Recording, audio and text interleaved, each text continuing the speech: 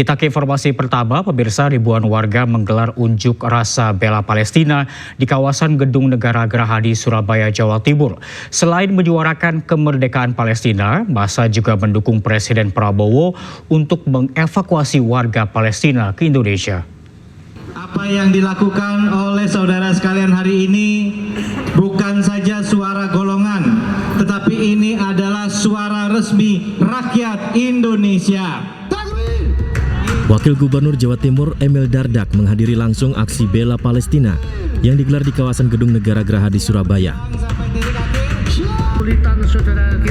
Di hadapan ribuan orang, Emil Dardak ikut berorasi untuk kemerdekaan Palestina. Ini adalah suara resmi dari rakyat Jawa Timur. Takbir! Maka siap berjuang sampai titik akhir? Siap! Sejatinya perjuangan untuk kemanusiaan, perjuangan untuk keadilan. Aksi yang digelar oleh Aliansi Rakyat Bela Palestina ini untuk menyuarakan kemerdekaan Palestina dari penjajah Israel. Selain itu, massa juga mendukung langkah Presiden Prabowo untuk mengevakuasi warga Gaza ke Indonesia. Sementara itu, saat berlangsungnya aksi, arus lalu lintas di kawasan tersebut sempat ditutup total dan kendaraan dialihkan ke Jalan Simpang Dukuh, Surabaya.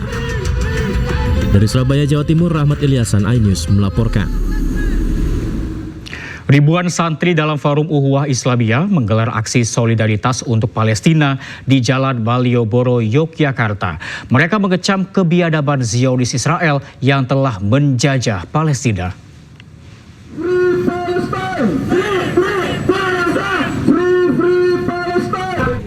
Aksi solidaritas untuk Palestina ini digelar ribuan santriwan dan santriwati dengan long march di sepanjang Jalan Malioboro hingga titik 0 km Yogyakarta pada hari ini. Dalam aksi ini, selain membentangkan spanduk dan membawa poster, mereka juga menggendong sejumlah replika jenazah sebagai simbol anak-anak yang menjadi korban serangan Israel. Dalam orasinya, mereka mengecam kebiadaban Zionis Israel yang dinilai telah menjajah Palestina. Akibat serangan tentara Israel telah menewaskan puluhan ribu warga Palestina, di mana 17.000 diantaranya adalah anak-anak. Membunuh anak-anak kecil, 17.000 lebih anak kecil syahid di Palestina. Sisanya sebagian besar adalah wanita dan orang-orang tua. Ya, penjajah itu adalah bangsa yang paling pengecut di seluruh dunia ini, karena mereka hanya berani melawan orang-orang yang tidak berdaya. Sementara itu, ribuan santri yang tergabung dalam Forum Ukhuwah Islamiyah tersebut juga menyerukan para pemimpin dunia untuk tidak tinggal diam. Harus ada upaya mendukung perdamaian, bukan penjajahan. Dari Yogyakarta, Gunanto Farhan, iNews melaporkan. Ya, kita ke informasi berikutnya, pemirsa. Libur panjang akhir pekan, ribuan wisatawan memadati kawasan wisata Puncak Bogor, Jawa Barat. Antrean terjadi hingga 1 kilometer.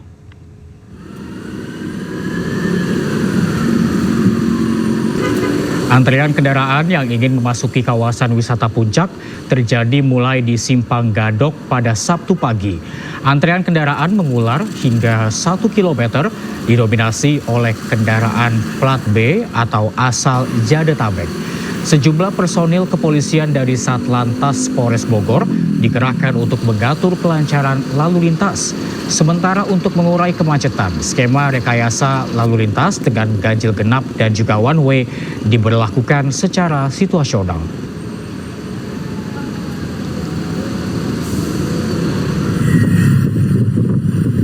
Tidak hanya di kawasan wisata Puncak, pemirsa, di kawasan menuju wisata Lembang, Kabupaten Bandung Barat, Jawa Barat, juga padat pada Sabtu pagi. Kepadatan yang terjadi di Jalan Raya Cibogo Lembang didominasi mobil pribadi berplat Jabodetabek.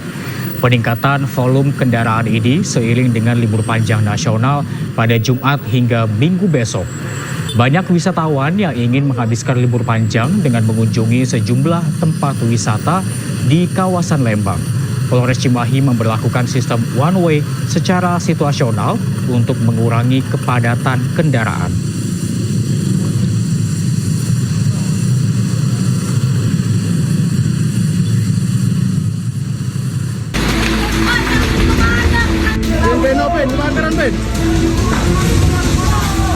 Makin mesapi ya, Ben. Nyambar, Ben. Satu unit rumah semi permanen di Jalan Kiai Haji Azhari, Lorong Pati Musa, Kecamatan Seberang Ulu 2, Palembang terbakar. Pemilik rumah yang tengah tertidur nyaris terbakar dalam rumah. Beruntung, sang ayah cepat menyadari api yang semakin membesar dan segera mengevakuasi istri dan 3 anaknya yang masih balita keluar rumah. Namun kepala keluarga mengalami luka bakar di bagian punggung karena tertimpa reruntuhan saat menyelamatkan keluarganya. Kebakarnya dari mana, Kak? Dari mana? Dari kamar, Pak. Dari kamar. Itu gara-gara apa, Kak?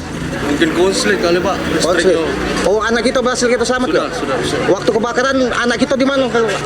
Di dalam, di ruang tamu. Bini lagi nyuci di belakang dapur. Siapa yang pertama kali mengetahui kebakar? Anak-anak di ruang tamu itu rusak oleh api. Oh, langsung teriak? Iya, langsung teriak. Oh, langsung kamu selamati, Kak? Iya.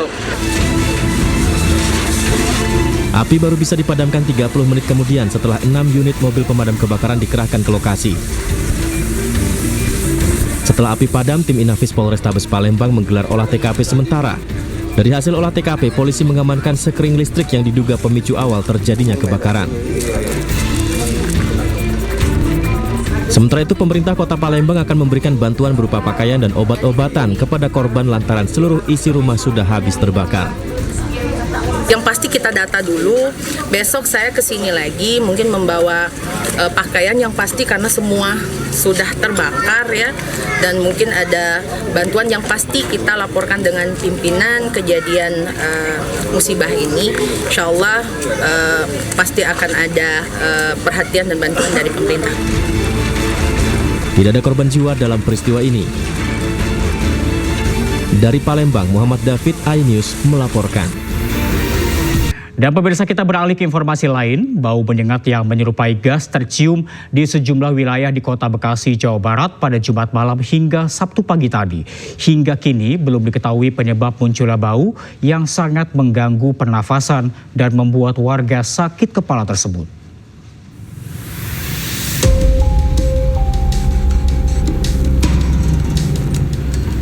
Warga Kota Bekasi, Jawa Barat dihebohkan dengan bau gas yang cukup menyengat.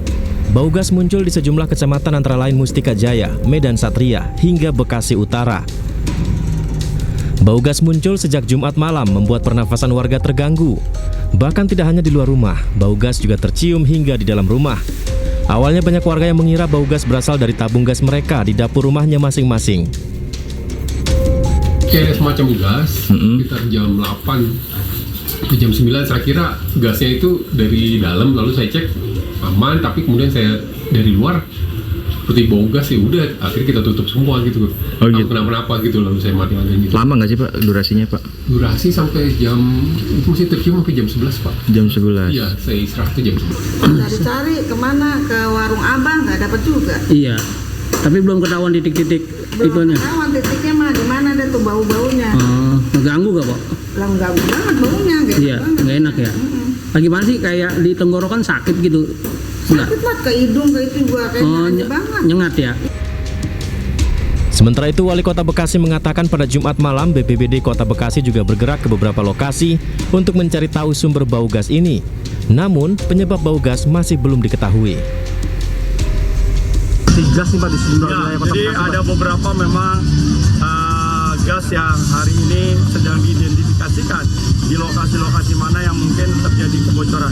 PGN dan juga Sinergi sudah bergerak ke lapangan dan akan dilakukan segera mungkin untuk rehabilitasi dan perbaikan. Titik-titiknya di mana Pak? Sumbernya Pak? Sementara masih tersebar ya, jadi kita masih sedang melakukan terus identifikasi terkait dengan lokasi-lokasi yang ada.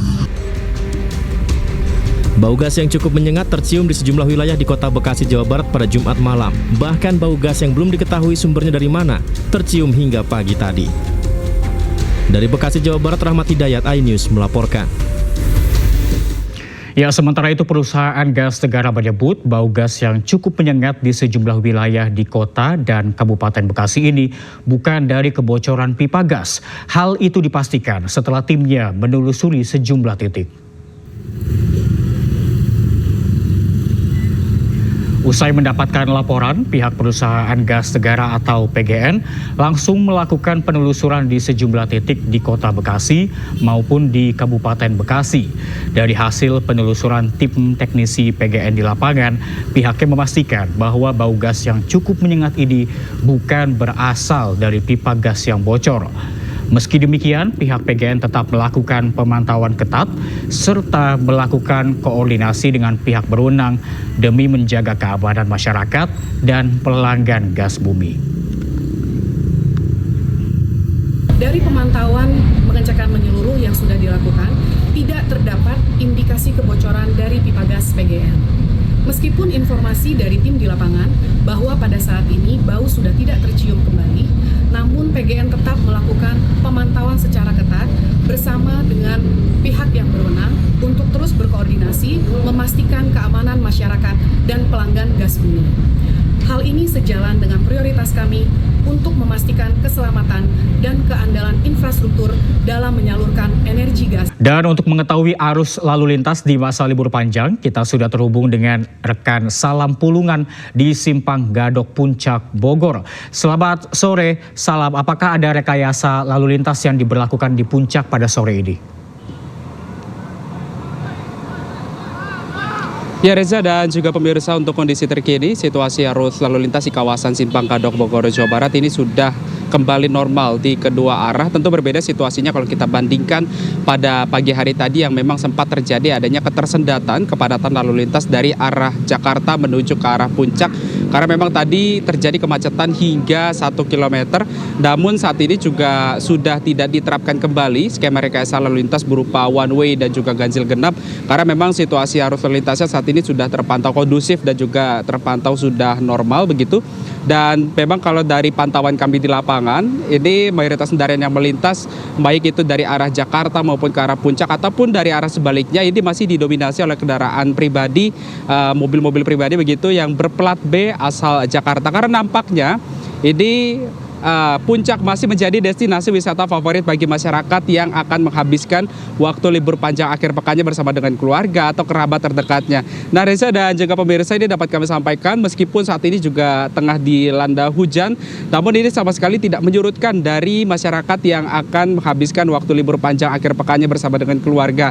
Dan Reza dan juga pemirsa, dapat kami informasikan juga bahwa dari Satlantas Polres Bogor ini juga menerjunkan sejumlah personilnya untuk memberikan rasa aman dan juga nyaman bagi para wisatawan yang hendak berlibur di kawasan wisata Puncak Bogor, Jawa Barat ini. Sementara memang dari informasi yang kami dapatkan bahwa untuk mengurai kemacetan, rencananya penerapan rekayasa lalu lintas seperti one way dan juga ganjil genap ini akan diberlakukan secara situasional jika nantinya mulai terlihat adanya ketersendatan atau kepadatan lalu lintas di sejumlah titik yang bukan tidak mungkin nantinya akan diberlakukan rekayasa lalu lintas kembali jika nantinya mulai terlihat adanya peningkatan volume kendaraan yang akan mengarah ke arah Puncak.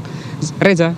Baik, lalu lintas ramai lancar di kawasan Simpang Gadok Puncak Bogor, Jawa Barat sore ini. Terima kasih atas laporan Anda. Salam Pulungan dari kawasan Simpang Gadok Puncak Bogor, Jawa Barat. Selamat bertugas kembali. Dan pemirsa, selain itu di kawasan wisata Pantai Ancol juga masih menjadi primadona bagi warga yang memanfaatkan waktu libur panjang. Kita langsung bergabung dengan rekan Naura Syafikah. Selamat sore Naura, seperti apa suasana di Pantai Ancol pada sore hari ini? Ya baik Reza dan juga pemirsa, suasana di Pantai Ancol sore hari ini pastinya penuh oleh para masyarakat yang sudah berdatangan untuk menghabiskan waktu libur panjangnya di Pantai Ancol. Nah, saya mau kasih lihat ke pemirsa dan juga Reza, seperti apa sih suasana dan kegiatan dari masyarakat yang ada di Pantai Ancol. Nah, ini dia salah satunya. Ini banyak sekali yang menghabiskan waktunya bermain pasir, kemudian anak-anak juga berenang di laut, dan juga pastinya banyak yang menggelar tikar ya di sini bersama dengan keluarga. Dan memang untuk Pantai Ancol ini menjadi salah satu destinasi favorit dari masyarakat Jakarta, bahkan dari luar Jakarta, untuk menghabiskan waktu liburnya di Pantai Ancol untuk menikmati suasana yang pastinya berbeda dari suasana yang biasanya. Dan di sini bisa kita lihat banyak sekali dari keluarga bersama dengan putra dan putrinya, bersama dengan kerabatnya menghabiskan waktu di Pantai Ancol ini bermain air, kemudian juga menikmati pasir-pasir yang ada di sini. Nah, ini salah satunya untuk anak-anak yang ada di sini. Dan juga pastinya di Pantai Ancol ini juga tersedia banyak sekali makanan dan minuman yang bisa mencukupi untuk kebutuhan para masyarakat yang hadir. Dan di sore hari ini juga pastinya Pantai Ancol ini masih terus ramai dan didatangi oleh para masyarakat yang hadir. Dan kita akan coba mau tanya-tanya ke salah satu pengunjung yang ada di Pantai Ancol di sore hari ini. Karena ini sepertinya bisa kita lihat tikernya udah dilebarkan. Nah, coba kita tanya. Ibu, selamat sore. Ibu, aku mau tanya-tanya boleh? Ini dengan Ibu siapa? Ibu Mary. Ibu Mary, oke. Ibu Mary, mau tanya Ibu Mary dari mana asalnya? Dari Matraman. Ibu Mary kesini sama siapa aja Ibu Mary? Sama anak-anak. Kenapa Ibu Mary memilih untuk berlibur di Pantai Ancol, Ibu? Anak-anak yang minta sih. Karena Jakarta kan pantainya cuma di Ancol. Udah sering ke Ancol atau gimana, Bu? Sering, kadang-kadang kalau lagi libur sama anak. Biasanya kalau ke Pantai Ancol ngapain aja Ibu selain ke pantai sini atau mungkin kemana lagi? Ya paling muter-muter di Ancol aja sini. Dari jam berapa Ibu di sini? Tadi sore, nyampe jam 3. Ini rencana mau sampai malam apa gimana nih Ibu Mary? Kalau sih sampai malam sih, mau nongkrong dulu. Oke deh kalau gitu Ibu Mary, terima kasih banyak atas waktunya. Selamat berlibur. Ya ini dia, kalau misalnya dari masyarakat memang pastinya memilih Pantai Ancol karena salah satu pantai yang ada di Jakarta memang ada di Pantai Ancol, dan juga untuk menikmati dan menghabiskan waktu berlibur bersama keluarga di liburan panjang kali ini. Sementara itu Reza dari Pantai Ancol. Ya baik, seru sekali ya Naura, banyak sekali aktivitas yang dapat dilakukan di Pantai Ancol sambil menunggu sunset. Terima kasih Naura Syafikah melaporkan dari Pantai Ancol, Jakarta Utara. Selamat bertugas kembali. Selebritas Paula Verhoeven mengadukan hakim yang menangani kasus perceraiannya dengan Baim Wong ke Komisi Yudisial. Aduan yang dilayangkan Paula terkait dugaan pelanggaran kode etik oleh Majelis Hakim Pengadilan Agama Jakarta Selatan.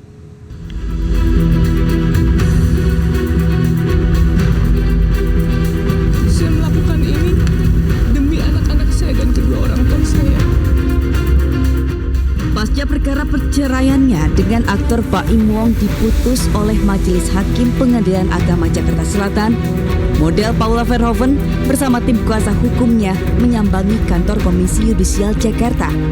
Paula mengadukan dugaan pelanggaran kode etik dan pedoman perilaku hakim yang dilakukan oleh hakim pada Pengadilan Agama Jakarta Selatan. Menurut Paula, Majelis Hakim keliru dalam mempertimbangkan putusan perceraiannya. Sambil terisak, Paula mengaku sedih atas fitnah yang disampaikan dalam salah satu dalil yang menyebutkan Paula telah menjalin hubungan di luar pernikahan atau berselingkuh.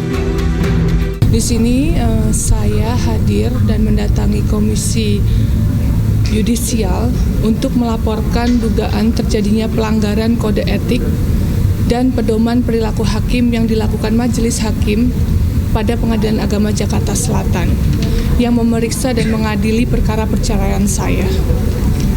Dan di sini saya akan menyampaikan beberapa poin. Di antaranya adalah pelaporan ini, dalam hal ini adalah Majelis Hakim keliru dalam memberikan pertimbangan putusan. Dan juga terlapor dalam memutuskan tidak mempedomani bukti-bukti yang disampaikan dan fakta persidangan. Saya punya 2 anak laki-laki yang saya selalu jaga mentalnya. Mereka akan tumbuh besar melihat pemberitaan ini yang cukup masif. Apa yang saya ucapkan ini bisa saya pertanggungjawabkan di akhirat. Juru bicara Komisi Yudisial Mukti Fajar Dewata membenarkan adanya pengaduan dari Paula Verhoeven. Pengaduan ini akan diproses sesuai prosedur yang berlaku. Di tahap awal, Komisi Yudisial akan memeriksa kelengkapan pengaduan dan melakukan analisis dugaan pelanggaran kode etik dan pedoman perilaku hakim. Sementara itu melalui pesan di Instagram, Paula Verhoeven menghubungi pengacara Hotman Paris dan curhat karena merasa disudutkan dan dipermalukan. Pengacara kondang Hotman Paris Hutapea siap bertemu Paula Verhoeven untuk berdiskusi membahas kasus yang menimpanya. Tim Liputan iNews melaporkan. Ya pemirsa, terkait dugaan pelanggaran etik hakim, Guru Besar Hukum Keluarga Islam UIN Jakarta justru menilai putusan hakim sudah tepat dengan syarat ada bukti yang dihadirkan. Meski begitu, Paula tetap memiliki hak untuk mengadukannya ke Komisi Yudisial. Paula mengadukan dugaan pelanggaran kode etik dan pedoman perilaku hakim yang dilakukan oleh hakim pada Pengadilan Agama Jakarta Selatan, di mana aduan ini berkaitan dengan dugaan fitnah yang disampaikan majelis hakim bahwa Paula menjalin hubungan di luar pernikahan atau berselingkuh. Terkait dugaan pelanggaran etik ini, Guru Besar Hukum Keluarga Islam UIN Jakarta menilai putusan hakim sudah tepat, dengan syarat harus ada bukti yang disampaikan. Yang dikatakan oleh majelis hakim memutuskan bahwa ini karena perselingkuhan itu memang diperbolehkan, memang wajar, lumrah di sana. Ya, kalau memang itu terbukti ya, dan pasti kalau memang sudah putusan hakim seperti itu, ada bukti kuat, ya menurut saya tepat putusan majelis hakim tidak memberikan hak asuh anak secara full kepada ibu yang memang terbukti melakukan seperti itu. Tapi lagi-lagi terbukti ya, gitu. Meski begitu, Paula tetap memiliki hak untuk mengadukannya ke Komisi Yudisial. Tim Liputan iNews melaporkan. Kita ke informasi lain, pemirsa. Mantan Gubernur Jawa Barat Ridwan Kamil melaporkan mantan model majalah dewasa Lisa Mariana ke Bareskrim Polri. Lisa dinilai telah menyebarkan berita bohong terkait pengakuannya memiliki anak hasil hubungan dengan Ridwan Kamil.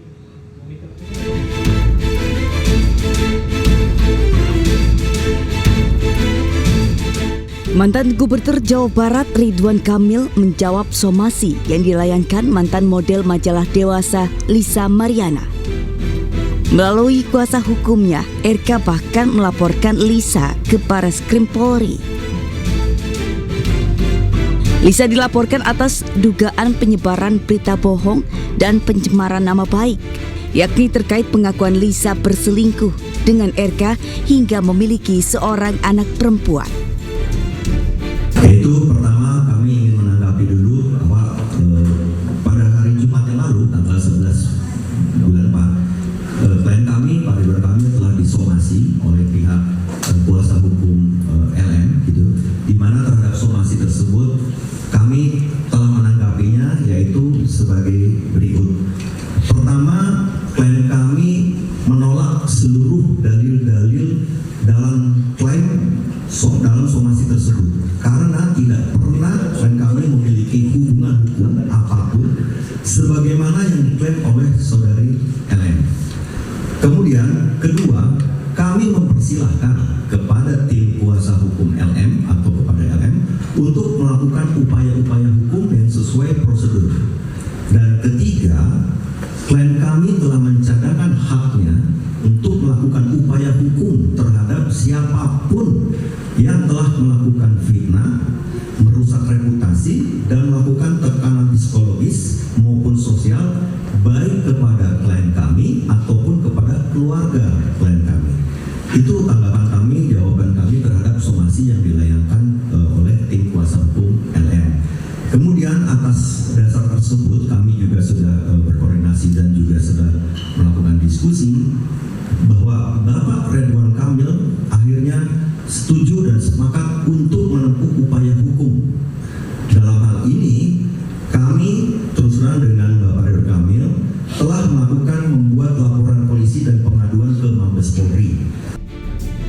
RK dan kuasa hukumnya menilai perbuatan Lisa telah melanggar Undang-Undang Informasi dan Transaksi Elektronik. Laporan ini juga telah diterima dan diproses oleh penyidik Bareskrim Polri. Dari Jakarta, Tim Liputan iNews melaporkan.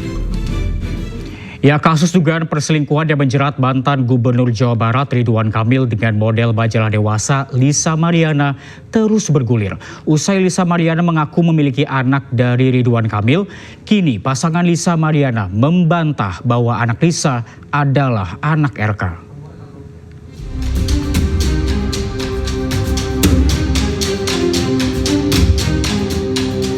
Akhir Maret lalu, kasus dugaan perselingkuhan mantan Gubernur Jawa Barat Ridwan Kamil dengan Lisa Mariana menghebohkan jagat maya. Dalam beberapa keterangannya di media sosial, model Lisa Mariana mengaku berpacaran dengan RK dan bahkan memiliki anak dari mantan Gubernur Jawa Barat tersebut. Tak lama setelah menjadi perbincangan publik, Lisa Mariana pun muncul. Dengan mengejutkan, Lisa mengaku mempunyai anak dari RK. Kronologis kenal sama Pak RK itu saya dikenalkan oleh AA. Ya,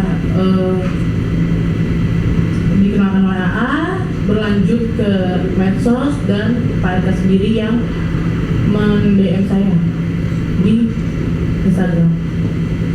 Ini tahun berapa? Awal 2021 di bulan Mei. Tak hanya itu saja, Lisa Mariana bahkan menyebut mendapatkan uang 100 juta dari Ridwan Kamil untuk menggugurkan kandungannya. Menggugurkan, jadi dikirim berupa paket obat-obatan COVID kan saat itu kan COVID ya. Kalau dipoto. Isinya uang, di bawahnya uang. Ya, sekitar 100 juta. Ini uang untuk menggugurkan. Yang saya nggak menggugurkan kandungan saya, dan saya pakai untuk bertahan, karena saya nggak berani pulang kalau itu kan. Jadi saya sewa apartemen di daerah Jakarta. Sementara pengacara Ridwan Kamil, Muslim Jaya Butar-Butar membantah tuduhan Lisa Mariana. Enggak, itu bohong, tidak ada. Karena mekanisme kan jelas, kan begitu. Jadi sekali lagi, kami kan sudah sampaikan tadi bahwa proses tes DNA seyogianya, ingat sekali lagi, seyogianya itu melalui proses pengadilan, karena itu melalui proses implikasi. Jadi bagian dari proses hukum yang akan dilakukan. Namun sekali lagi tentunya kesepakatan kedua belah pihak, ya kalau memang tanpa melalui pengadilan sih oke saja Pak. Hari ini saya bilang tadi, Pak RK siap untuk melakukan tes DNA. Sepekan setelah Lisa Mariana muncul ke publik, muncul pria bernama Ravelino Tuase yang mengaku sebagai ayah biologis anak Lisa. Melalui kuasa hukumnya El Manik, Ravelino membantah anak Lisa Mariana yang berinisial CA adalah anak Ridwan Kamil. Tim Liputan iNews melaporkan. Seorang pria, Ravelino Tuase, mengaku sebagai ayah biologis dari anak Lisa Mariana. Melalui kuasa hukumnya, Ravelino memastikan anak Lisa adalah darah dagingnya, bukan anak Ridwan Kamil. Bahwa anak yang dilahirkan yang berinisial LN bernama atau yang berinisial CA, menurut pengakuan klien kami adalah hasil hubungan dengan LM, ya. Klien kami atau yang biasa dipanggil Ino sangat yakin dan memastikan dirinya 100% sebagai ayah kandung dari balita yang berinisial CA, yang selama ini diklaim sebagai anak Ridwan Kamil oleh Lisa Mariana. Perkenalan klien kami dan LN terjadi pada awal tahun 2021 di kafe milik klien kami sendiri di Pamulang, Tangerang Selatan. Kemudian pada bulan Maret tahun 2021, klien kami dan LM pergi ke sebuah tempat hiburan malam di kawasan SCBD Jakarta Selatan, ya. Kemudian dalam kondisi mabuk, klien kami dan LM menginap di sebuah hotel yang berada di Sentul, Kabupaten Bogor. Disinilah klien kami pertama kali mengaku berhubungan badan dengan LM. Jadi pertama kali klien kami berhubungan badan dengan LM itu di tahun 2021 bulan Maret, ya. Kemudian pada Mei 2021, LM memberi kabar bahwa dia sedang hamil dengan usia kandungan 1 bulan, ya. Dan ia menyebutkan bahwa bayi yang dikandungnya merupakan anak daripada klien kami, ya.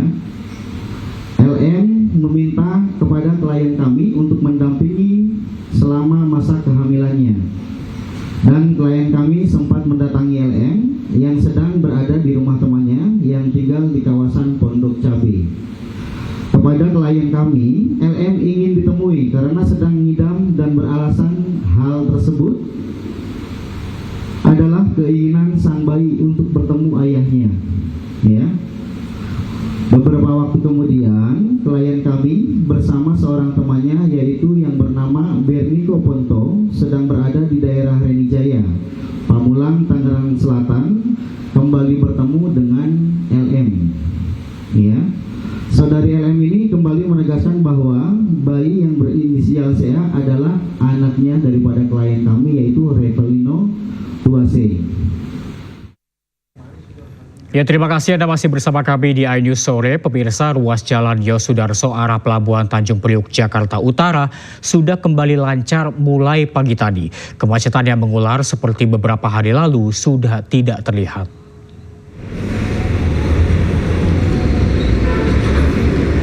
Meski demikian, masih terlihat ada sejumlah truk kontainer yang melintas menuju ke arah Pelabuhan Tanjung Priok.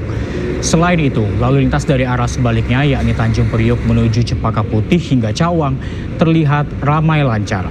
Sebelumnya terjadi kemacetan pada Kamis dan Jumat lalu. Kemacetan mengular terjadi di Jalan Yosudarso menuju ke arah pelabuhan. Ratusan kendaraan tak bisa bergerak selama lebih dari 3 jam. Kemacetan disebabkan oleh penambahan volume bongkar muat di Pelabuhan New Priok Container Terminal 1. Selain itu, Pelabuhan NCPT 1 memiliki kapasitas bongkar muat 2.500 kontainer per hari. Tetapi pada Kamis lalu, volume bongkar muat meningkat 2 kali lipat.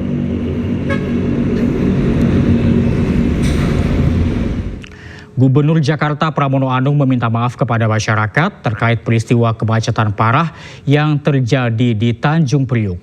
Pramono langsung memberi teguran keras ke Pelindo imbas kemacetan tersebut.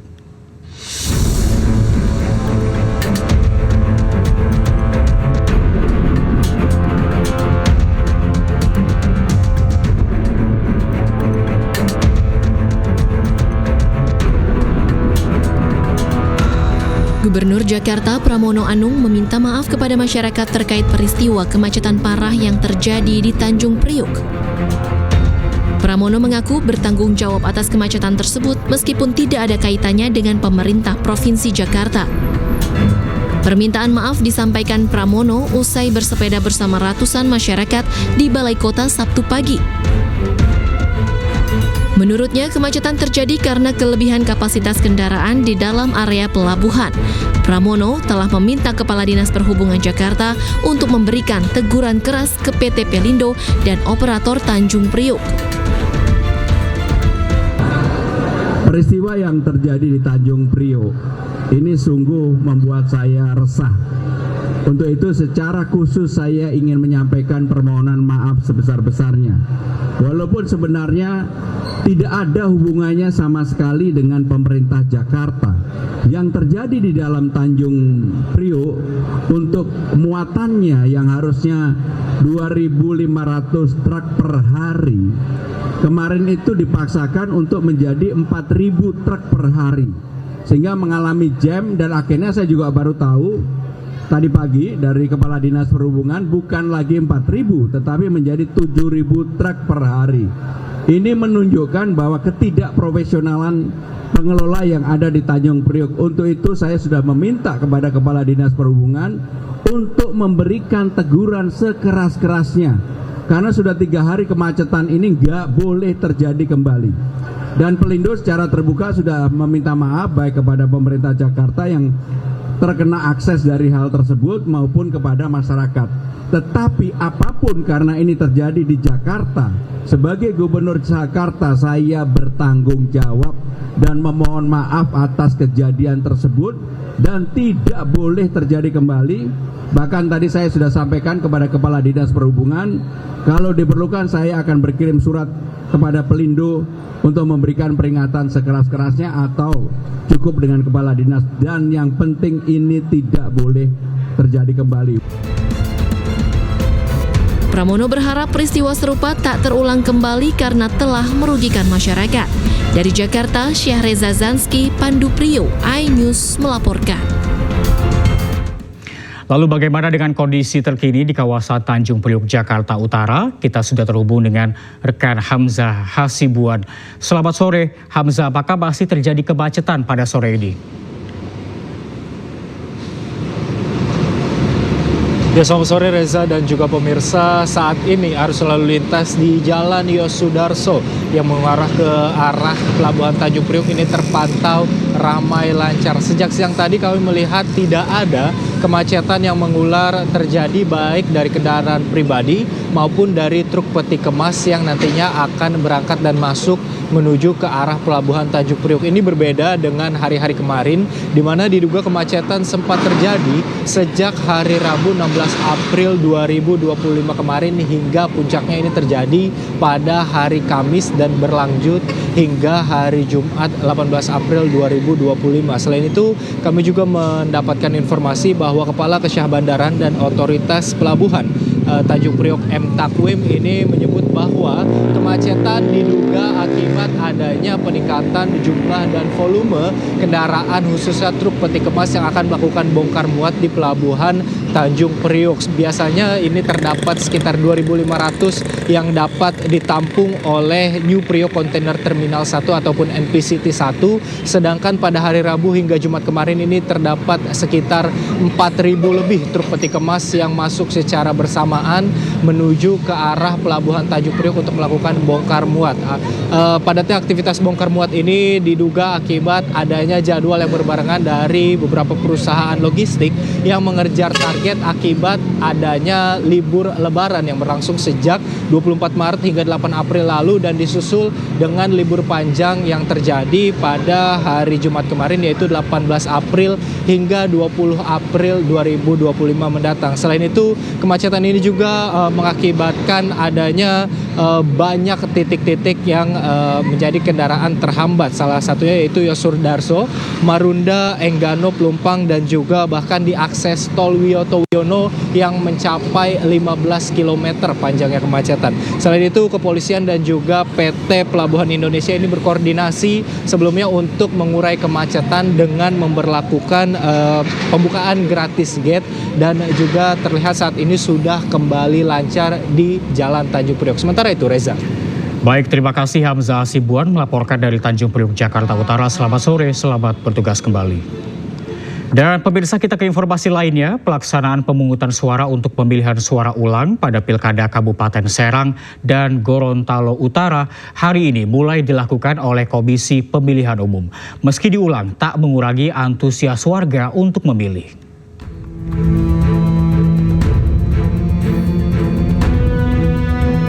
Komisi Pemilihan Umum Kabupaten Serang hari ini mulai melakukan pelaksanaan pemungutan suara ulang pada Pilkada Kabupaten Serang. Pelaksanaan pemungutan suara ulang diikuti oleh dua pasangan calon bupati dan wakil bupati Serang, yaitu pasangan nomor urut 1 Andika Hazrumi, Nanang Supriyatna, dan pasangan nomor urut 2 Ratu Rahmatuz Zakiyah, Najib Hamas bersaing untuk mendapatkan perolehan suara. Pelaksanaan pemungutan suara ulang dengan jumlah daftar pemilih tetap sebanyak 1.225.871 dengan jumlah tempat pemungutan suara sebanyak 2.355 yang tersebar di 326 desa se-Kabupaten Serang. Meski dilakukan pemilihan suara ulang, namun warga tetap mengaku antusias untuk mengikuti prosesnya.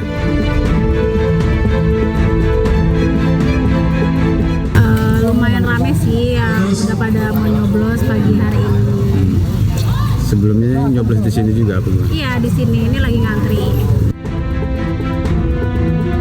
Sementara itu, Ketua KPU Kabupaten Serang Muhammad Nasehudin mengatakan pada pelaksanaan pemungutan suara ulang ini optimis partisipasi meningkat karena pihaknya sudah melakukan sosialisasi secara masif dan maksimal. Semuanya berjalan dengan lancar dan hari ini kita bersama tim melakukan monitoring memastikan kegiatan yang berlangsung dengan baik dan sesuai dengan peraturan yang sebagaimana telah ditetapkan gitu. Sejauh ini ada kendala-kendala, Pak? Ya, alhamdulillah ada sih kendala tapi semuanya sudah diselesaikan. Misalnya kaitan dengan pemilih kan harus bawa KTP tuh, maka dijelaskan dan semuanya memahami dan akhirnya bisa diselesaikan gitu. Dengan pelaksanaan pemungutan suara ulang hingga sampai penghitungan perolehan suara, pihaknya menghimbau kepada semua lapisan masyarakat dapat menjaga keamanan dan ketertiban selama berlangsungnya PSU hingga penghitungan perolehan suara.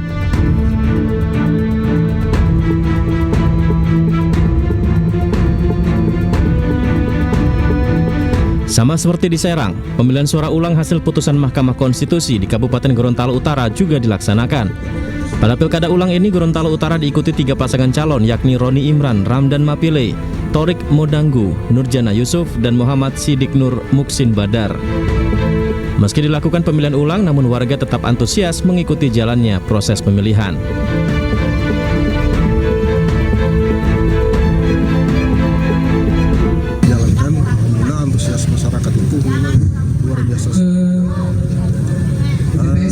informasi nomor urut 349 atas nama Perstipasi itu menggunakan pendamping dan akan beliau dalam perkasa kita juga sudah masuk di sebagaimana kita lihat pelaksanaannya sudah luar biasa. Nomor urut 349. Rekapitulasi di tingkat kecamatan ditargetkan selesai pada Senin 21 April nanti.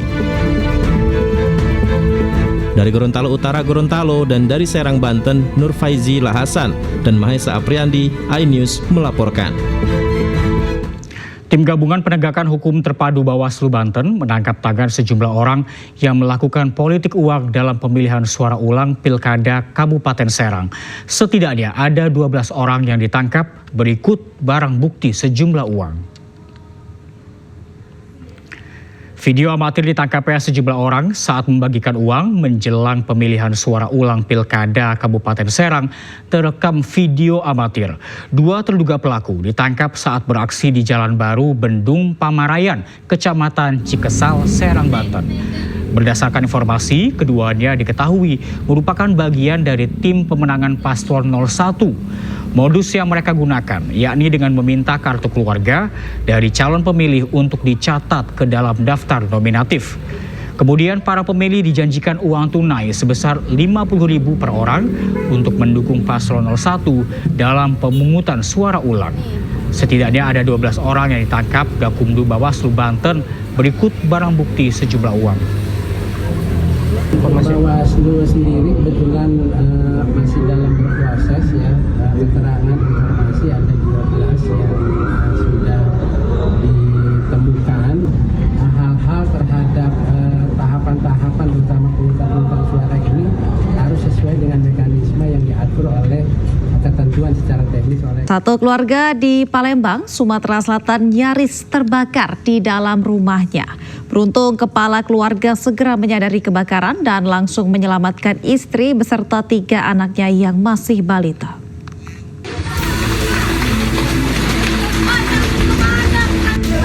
Ben, kebakaran Ben. Ben, makin mesah apinya Ben. Nyambar Ben. Satu unit rumah semi permanen di Jalan Kiai Haji Azhari, Lorong Pati Musa, Kecamatan Seberang Ulu 2, Palembang, terbakar. Pemilik rumah yang tengah tertidur nyaris terbakar dalam rumah. Beruntung, sang ayah cepat menyadari api yang semakin membesar dan segera mengevakuasi istri dan 3 anaknya yang masih balita keluar rumah. Namun kepala keluarga mengalami luka bakar di bagian punggung karena tertimpa reruntuhan saat menyelamatkan keluarganya. Kebakarnya dari mana, Kak?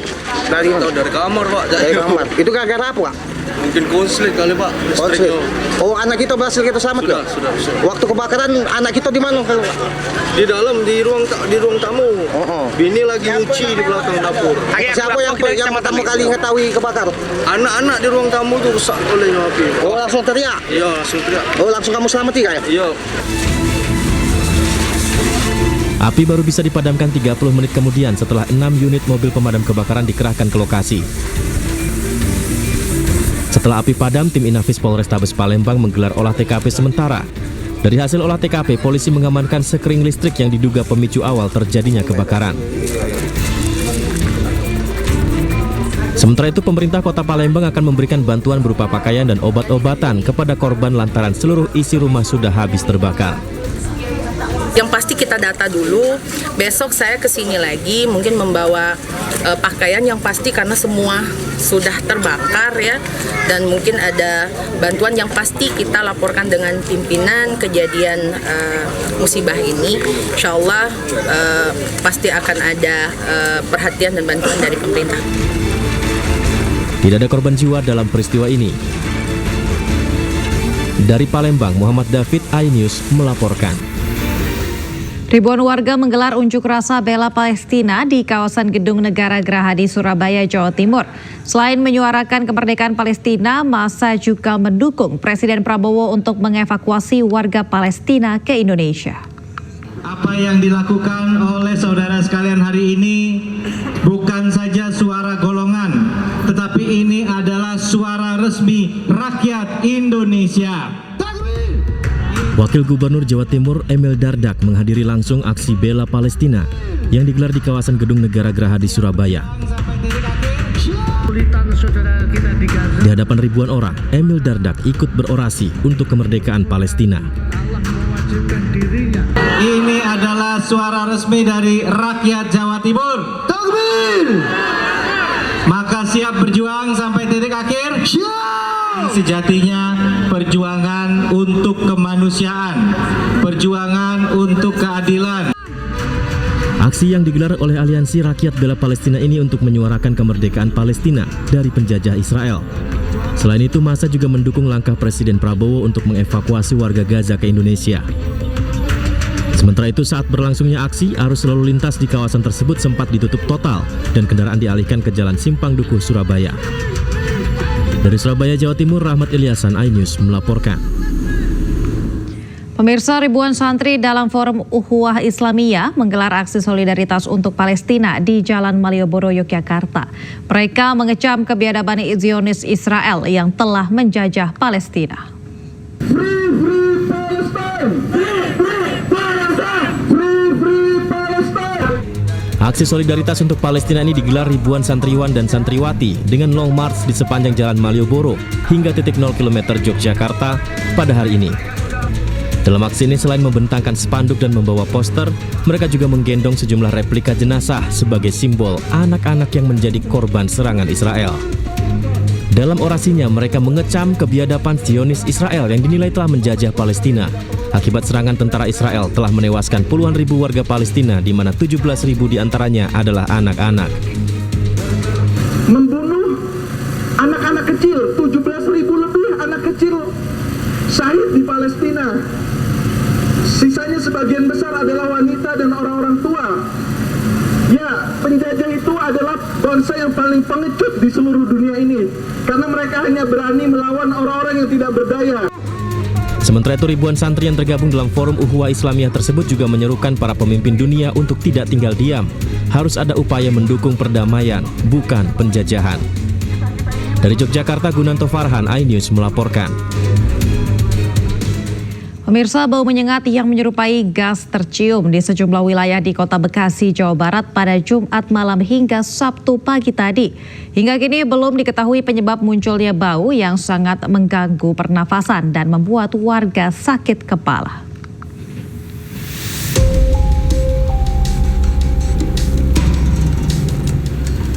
Warga Kota Bekasi, Jawa Barat dihebohkan dengan bau gas yang cukup menyengat.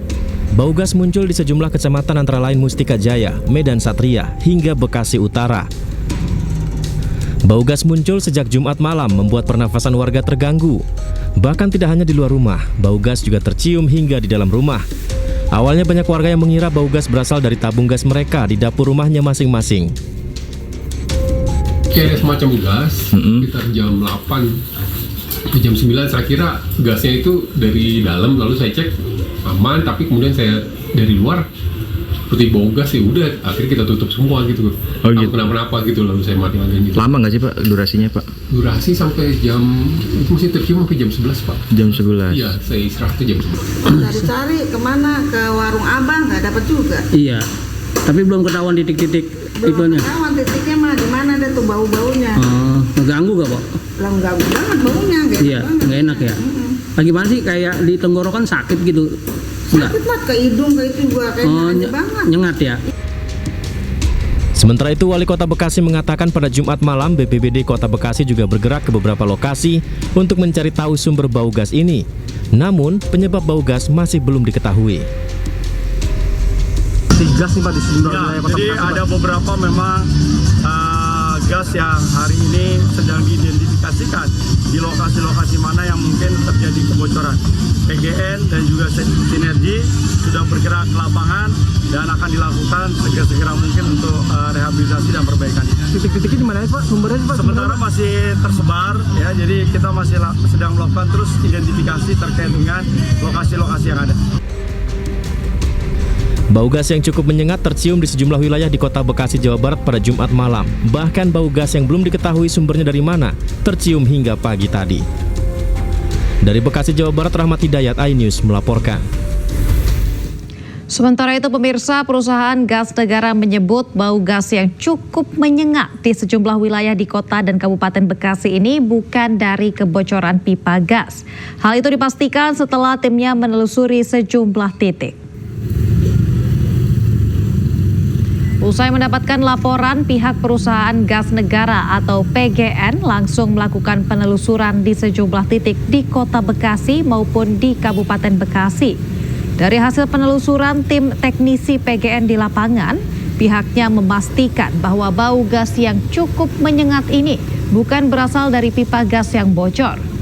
Meski demikian, pihak PGN tetap melakukan pemantauan ketat serta melakukan koordinasi dengan pihak berwenang demi menjaga keamanan masyarakat dan juga pelanggan gas bumi. Dari pemantauan pengecekan menyeluruh yang sudah dilakukan, tidak terdapat indikasi kebocoran dari pipa gas PGN.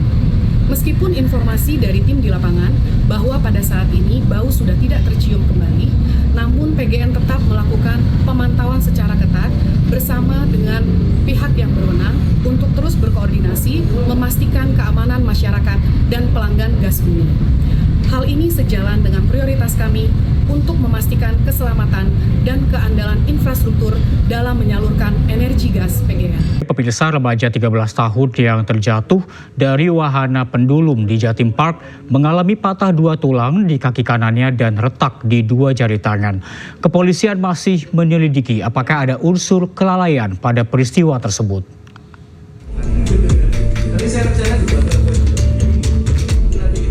Ravan Dias Putra Atmadi, remaja 13 tahun ini belum bisa beraktivitas normal karena mengalami patah 2 tulang paha kanan akibat jatuh dari wahana bermain pendulum di Jatim Park 1, Kota Batu, Jawa Timur.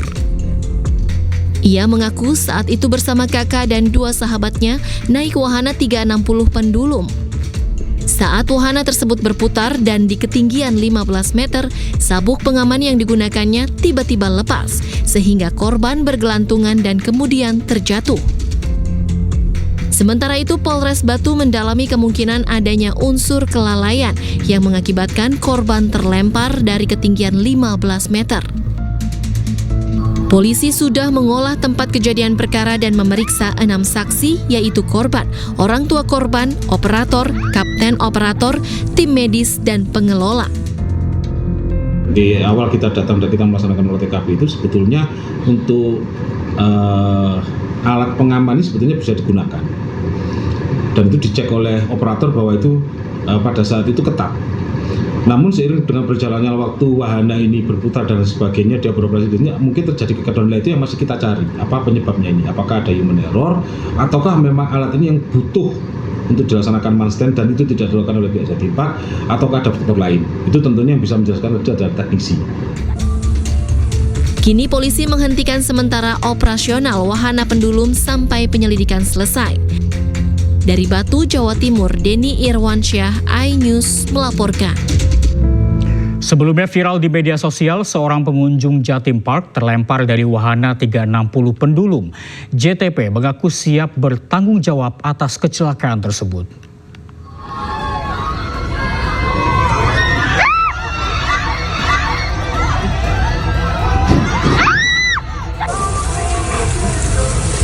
Inilah video detik-detik pengunjung Jawa Timur Part 1 terlempar saat naik wahana 360 pendulum. Video ini viral sejak Kamis kemarin di berbagai akun media sosial. Menanggapi hal ini, pihak manajemen Jawa Timur Park melalui manajer marketingnya akan bertanggung jawab. Kejadian tersebut terjadi tanggal 8 April kira-kira sekitar jam 4 sore. Untuk pertanggungjawabannya seperti apa, Bu? Yang jelas kami segera melakukan tindakan evakuasi, ya, mengamankan korban dan juga pengunjung yang lain, mengevakuasi korban dan membawa korban langsung ke rumah sakit terdekat yang bekerjasama dengan manajemen Jatim Park. Akibat peristiwa ini, korban mengalami patah 2 buah tulang. Pemirsa, kawasan wisata Ancol ramai dikunjungi wisatawan yang ingin menghabiskan libur panjang akhir pekan. Salah satunya adalah kawasan pantai atau beach pool ini. Sejak pagi wisatawan memadati kawasan pantai Ancol untuk menghabiskan liburan. Selain harga tiket masuknya yang murah, Ancol menjadi pilihan karena jaraknya yang dekat. Di kawasan pantai, wisatawan juga bisa melakukan berbagai aktivitas seperti berenang, bermain pasir, hingga bersantai menikmati hembusan angin pantai.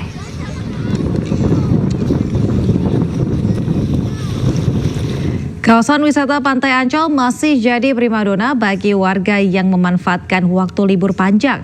Kita akan langsung bergabung dengan rekan Naura Syafika untuk melihat situasi di sana. Ya Naura, seperti apa suasana di Pantai Ancol pada saat ini? Ya, Aulia dan juga pemirsa, untuk saat ini saya masih berada di kawasan Ancol, tapi sekarang saya sudah berpindah nih. Kalau tadi di Pantai Ancol, sekarang saya pindah ke salah satu destinasi yang favorit juga, yaitu ada di Air Mancur Menari Ancol. Nah, di Air Mancur Menari Ancol ini juga pastinya banyak sekali pengunjung yang datang untuk melihat bagaimana sih Air Mancur Menari ini dikasih lihat.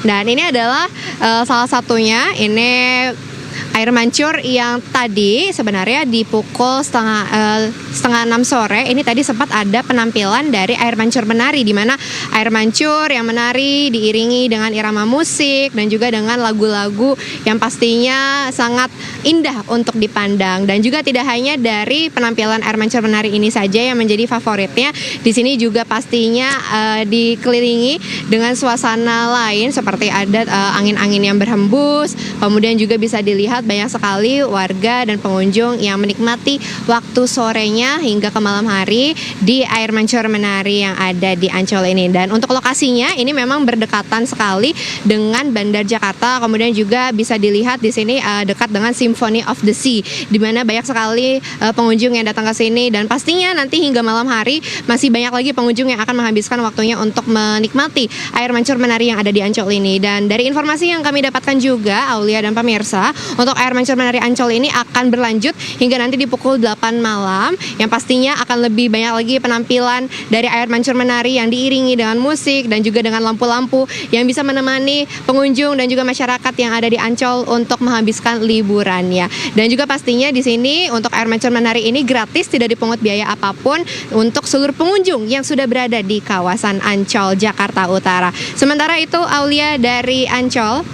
Baik, terima kasih Naura Syafika melaporkan langsung dari Ancol, Jakarta. Dan kita akan beralih pemirsa ke informasi selanjutnya, di mana mahasiswa MNC University menghadiri kuliah umum dan seminar investasi pasar modal bersama MNC Group di iNews Tower, Jakarta Pusat. Dan dalam momen yang sama, MNC University juga secara resmi meluncurkan logo baru yang menyimbolkan institusi pendidikan yang bukan hanya melindungi nilai-nilai budaya luhur, tapi juga modern.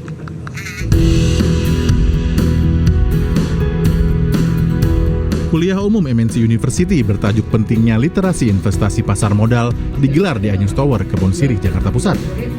Acara ini turut dihadiri Ketua Yayasan Haritanu-Sudibyo Jessica Tanu-Sudibyo, CEO iNews Media Group Angela Tanu-Sudibyo, dan Rektor MNC University Dendi Pratama. Dalam kuliah umum ini juga Angela Tanu-Sudibyo memberikan motivasi kepada para mahasiswa serta menyampaikan pentingnya literasi terutama keuangan bagi mahasiswa. Dan saya harap ini bukan hanya sekedar seremonial saja kawan-kawan, tapi betul-betul sebagai momentum untuk MNC University bisa semakin maju, bisa mencetak, melahirkan anak-anak didik generasi muda yang bisa berkontribusi bagi bangsa dan negara. Bagi keuangan bagi mahasiswa itu sangat penting ya Mas ya. Literasi keuangan masyarakat itu 65%, tapi inklusinya, tindakannya lebih tinggi. Jadi masyarakat kita itu lebih tinggi melakukan kegiatan-kegiatan keuangan tapi nggak tahu resiko, nggak tahu pengetahuannya. Jadi dengan kita membekali mahasiswa dengan harapan mahasiswa menjadi agen di masyarakat. Di momen yang sama, MNC University resmi meluncurkan logo baru yang menyimbolkan semangat dari MNC University sebagai sebuah institusi yang terus melestarikan dan menghormati tradisi untuk terus berprogres secara relevan bagi masyarakat hari ini dan ke depan. Logo yang lebih fresh tentunya dan yang mensimbolisasikan bahwa MNC University adalah institusi pendidikan yang bukan hanya melindungi nilai-nilai budaya luhur tetapi juga yang modern, yang memikirkan inovasi yang akan terus menulis masa depan bangsa. Diharapkan dengan logo baru ini mahasiswa dapat berbangga serta merepresentasikan MNC University sebagai alma mater yang mereka banggakan. Dari Jakarta, Indra Setiabudi, Damar Wicaksono, iNews melaporkan. Anda kembali di iNews Sore, pemirsa. Menteri Agama Nasaruddin Umar hadiri pelaksanaan bimbingan manasik haji nasional di Asrama Haji Pondok Gede, Jakarta Timur.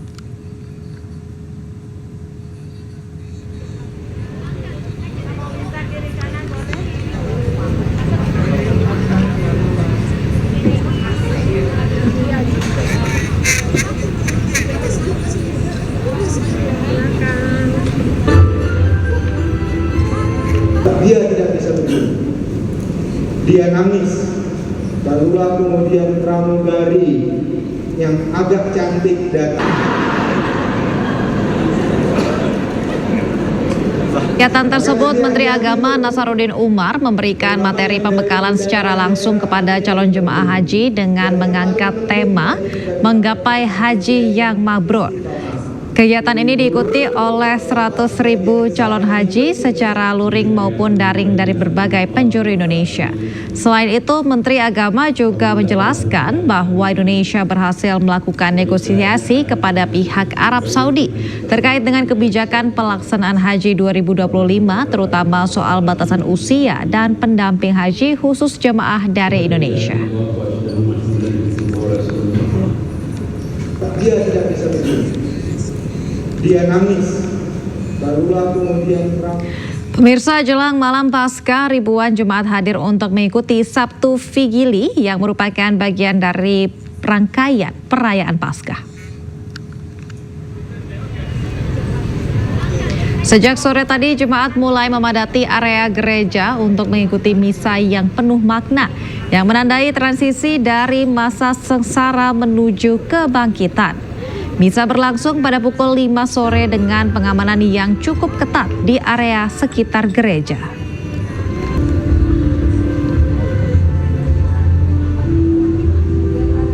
Pemirsa, untuk selengkapnya kita akan langsung bergabung dengan rekan Wenda Nura yang berada di Gereja Katedral Jakarta. Wenda, selamat malam. Seperti apa situasi pasca misa di Gereja Katedral saat ini? Ya, selamat malam Aulia dan juga pemirsa. Dapat kami laporkan suasana saat ini di tempat kami melaporkan, tepatnya dari Gereja Katedral Jakarta Pusat, saat ini sudah diramaikan oleh ribuan jemaah yang sedang melakukan perayaan misa Sabtu Vigili atau misa malam Paskah. Dan berdasarkan pantauan kami sejak sore hari tadi ini sudah diramaikan dan dipadatkan oleh para jemaah baik di area dalam gereja maupun di area luar gereja.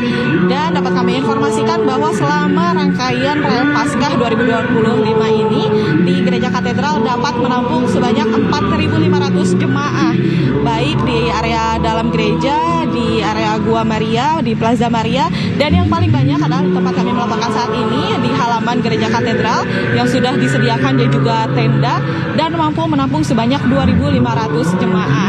Nah, untuk misa Sabtu Vigili ini sudah dimulai sejak pukul 5 sore hari tadi dan dimulai dengan upacara cahaya, yakni pemberkatan api dan penyalaan lilin Paskah. Dan ada yang menarik juga Aulia dan juga pemirsa, bahwa tadi di sini juga ada simbolis upacara pembongkaran makam Yesus. Jadi itu merupakan simbolis dari kebangkitan Yesus. Jadi ketika makamnya dibongkar ini sebetulnya udah kosong karena Yesusnya sudah bangkit, kurang lebih seperti itu Aulia. Nah, selanjutnya misa Sabtu Vigili ini dilanjutkan dengan pembacaan kitab suci yang menceritakan perjalanan keselamatan umat manusia.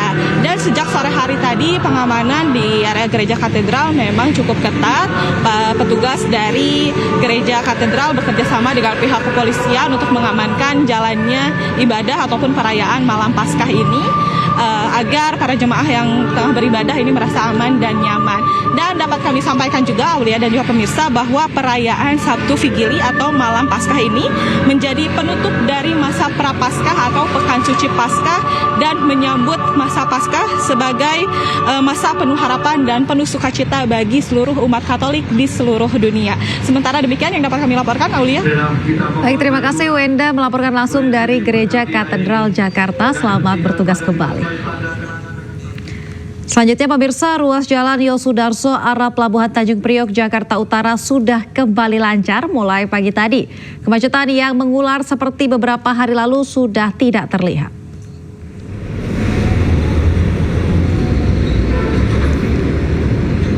Meski demikian, masih terlihat ada sejumlah truk kontainer yang melintas menuju ke arah Pelabuhan Tanjung Priok.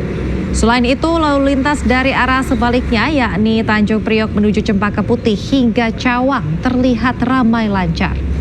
Sebelumnya terjadi kemacetan pada Kamis dan Jumat lalu. Kemacetan mengular terjadi di Jalan Yosudarso menuju ke arah pelabuhan. Ratusan kendaraan tak bisa bergerak selama lebih dari 3 jam. Kemacetan ini disebabkan oleh penambahan volume bongkar muat di Pelabuhan New Priok Container Terminal 1. Selain itu, Pelabuhan NCPT 1 memiliki kapasitas bongkar muat 2.500 kontainer per hari, tetapi pada Kamis lalu volume bongkar muat meningkat 2 kali lipat.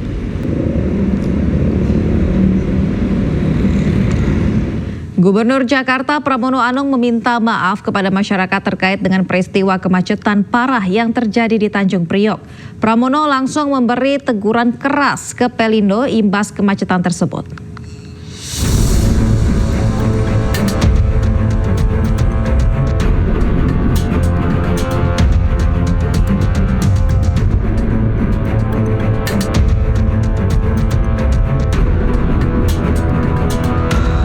Gubernur Jakarta Pramono Anung meminta maaf kepada masyarakat terkait peristiwa kemacetan parah yang terjadi di Tanjung Priok. Pramono mengaku bertanggung jawab atas kemacetan tersebut meskipun tidak ada kaitannya dengan pemerintah Provinsi Jakarta. Permintaan maaf disampaikan Pramono usai bersepeda bersama ratusan masyarakat di Balai Kota Sabtu pagi. Menurutnya, kemacetan terjadi karena kelebihan kapasitas kendaraan di dalam area pelabuhan. Pramono telah meminta Kepala Dinas Perhubungan Jakarta untuk memberikan teguran keras ke PT Pelindo dan operator Tanjung Priok. Peristiwa yang terjadi di Tanjung Priok ini sungguh membuat saya resah. Untuk itu secara khusus saya ingin menyampaikan permohonan maaf sebesar-besarnya. Walaupun sebenarnya tidak ada hubungannya sama sekali dengan pemerintah Jakarta. Yang terjadi di dalam Tanjung Priok untuk muatannya yang harusnya 2.500 truk per hari, kemarin itu dipaksakan untuk menjadi 4.000 truk per hari. Sehingga mengalami jam dan akhirnya saya juga baru tahu tadi pagi dari Kepala Dinas Perhubungan bukan lagi 4.000 tetapi menjadi 7.000 truk per hari. Ini menunjukkan bahwa ketidakprofesionalan pengelola yang ada di Tanjung Priok. Untuk itu saya sudah meminta kepada Kepala Dinas Perhubungan untuk memberikan teguran sekeras-kerasnya. Karena sudah 3 hari kemacetan ini nggak boleh terjadi kembali. Dan Pelindo secara terbuka sudah meminta maaf baik kepada pemerintah Jakarta yang terkena akses dari hal tersebut maupun kepada masyarakat. Tetapi apapun karena ini terjadi di Jakarta, sebagai Gubernur Jakarta saya bertanggung jawab dan memohon maaf atas kejadian tersebut dan tidak boleh terjadi kembali.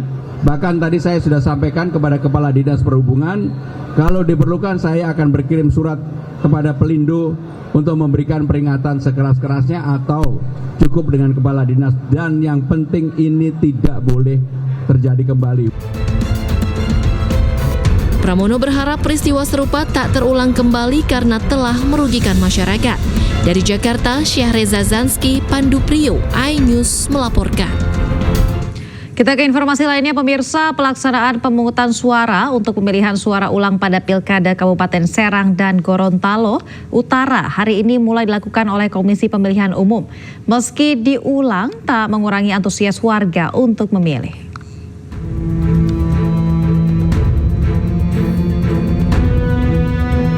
Komisi Pemilihan Umum Kabupaten Serang hari ini mulai melakukan pelaksanaan pemungutan suara ulang pada Pilkada Kabupaten Serang. Pelaksanaan pemungutan suara ulang diikuti oleh 2 pasangan calon bupati dan wakil bupati Serang, yaitu pasangan nomor urut 1 Andika Hazrumi, Nanang Supriyatna, dan pasangan nomor urut 2 Ratu Rahmatuz Zakiyah, Najib Hamas bersaing untuk mendapatkan perolehan suara. Pelaksanaan pemungutan suara ulang dengan jumlah daftar pemilih tetap sebanyak 1.225.871 dengan jumlah tempat pemungutan suara sebanyak 2.355 yang tersebar di 326 desa se-Kabupaten Serang. Meski dilakukan pemilihan suara ulang, namun warga tetap mengaku antusias untuk mengikuti prosesnya.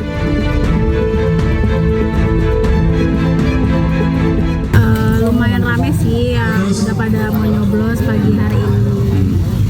Sebelumnya nyoblos di sini juga apa? Iya, di sini ini lagi ngantri. Sementara itu, Ketua KPU Kabupaten Serang Muhammad Nasehudin mengatakan pada pelaksanaan pemungutan suara ulang ini optimis partisipasi meningkat karena pihaknya sudah melakukan sosialisasi secara masif dan maksimal. Semuanya berjalan dengan lancar dan hari ini kita bersama tim melakukan monitoring memastikan kegiatan yang berlangsung dengan baik dan sesuai dengan peraturan yang sebagaimana telah ditetapkan gitu. Sejauh ini ada kendala-kendala, Pak? Ya, alhamdulillah ada sih kendala, tapi semuanya sudah diselesaikan. Misal kaitan dengan pemilih kan harus bawa KTP tuh, maka dijelaskan dan semuanya memahami dan akhirnya bisa diselesaikan gitu. Dengan pelaksanaan pemungutan suara ulang hingga sampai penghitungan perolehan suara, pihaknya menghimbau kepada semua lapisan masyarakat dapat menjaga keamanan dan ketertiban selama berlangsungnya PSU hingga penghitungan perolehan suara.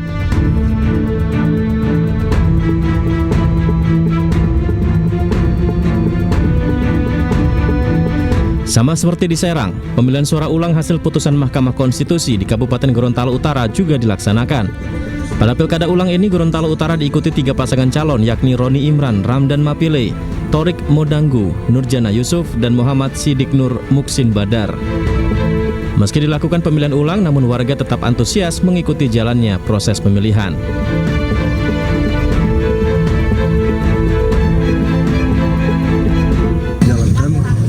Masyarakat itu memang luar biasa. TPS dan saksi nomor urut 349 atas nama Prostipasi itu menggunakan pendamping karena kan beliau dalam perasa kita juga sudah masuk. Sebagaimana kita lihat pelaksanaannya sudah luar biasa. Nomor urut 349. Rekapitulasi di tingkat kecamatan ditargetkan selesai pada Senin 21 April nanti. Dari Gorontalo Utara, Gorontalo, dan dari Serang, Banten, Nur Faizi Lahasan dan Mahesa Apriandi, iNews melaporkan. Pemirsa, tim gabungan penegakan hukum terpadu Bawaslu Banten menangkap tangan sejumlah orang yang melakukan politik uang dalam pemilihan suara ulang Pilkada Kabupaten Serang. Setidaknya ada 12 orang yang ditangkap dan berikut barang bukti sejumlah uang. Video amatir ditangkapnya sejumlah orang saat membagikan uang menjelang pemilihan suara ulang Pilkada Kabupaten Serang terekam video amatir. 2 terduga pelaku ditangkap saat beraksi di Jalan Baru Bendung, Pamayaran, Kecamatan Cikusal, Serang, Banten. Berdasarkan informasi, keduanya diketahui merupakan bagian dari tim pemenangan paslon 01 dan modus yang mereka gunakan yakni dengan meminta kartu keluarga dari calon pemilih untuk dicatat ke dalam daftar nominatif. Kemudian para pemilih dijanjikan uang tunai sebesar 50.000 per orang untuk mendukung paslon 01 dalam pemungutan suara ulang. Setidaknya ada 12 orang yang ditangkap Gakumdu Bawaslu Banten, berikut barang bukti sejumlah uang. Bawaslu sendiri kebetulan masih dalam berproses ya, keterangan informasi ada 12 yang sudah ditemukan. Hal-hal terhadap tahapan-tahapan utama pemungutan suara ini harus sesuai dengan mekanisme yang diatur oleh ketentuan secara teknis oleh Komisi. PLT Sekjen DPP Partai Perindo Andi Yuslim Patawari menghadiri rapat konsolidasi bersama DPW dan DPD se-Sumatera Selatan di Palembang. Salah satu agendanya yakni memperkuat struktur partai serta mematangkan strategi dalam menghadapi pesta demokrasi tahun 2029 mendatang.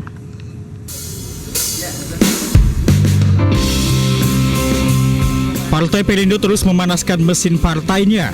Salah satu dia dengan melaksanakan konsolidasi bersama DPW dan DPD Partai Perindo se-Sumatera Selatan di Desa Karangjaya, Kecamatan Gandus, Palembang, Sumatera Selatan. Rapat konsolidasi partai yang dipimpin Angela Tanusudibio ini turut dihadiri Sekjen DPP Partai Perindo, Andi Yuslim Patawari, guna memberikan arahan serta strategi pemenangan partai di pemilu mendatang. Kami berharap konsolidasi ini berjalan baik dan melakukan kerja-kerja sosial dan komunikasi sosial kepada masyarakat dan kepada konstituen, sehingga masyarakat merasakan keberadaan Partai Perindo. Selain itu, dalam bertransformasi ke arah yang lebih baik, para kader juga didorong agar mampu menunjukkan perannya di tengah masyarakat. Kita akan perkuat dan kita akan lebih sinergikan yang khususnya yang di daerah, karena dari DPP kita sudah tahu bahwa sudah dibuat semua SOP, strategi pemenangan sebagainya, itu sudah kita sampaikan ke daerah. Akan kita kejar adalah verifikasi partai. Jadi ini perpak ini sangat penting sekali. Partai Perindo yang juga dikenal sebagai Partai Kita menekankan pentingnya posisi DPC dalam mengkoordinasikan serta mensupervisi berbagai kegiatan di daerah guna meraih keberhasilan pada tahap verifikasi faktual. Dari Palembang, Sumatera Selatan, Ahmad Syaiful, iNews melaporkan.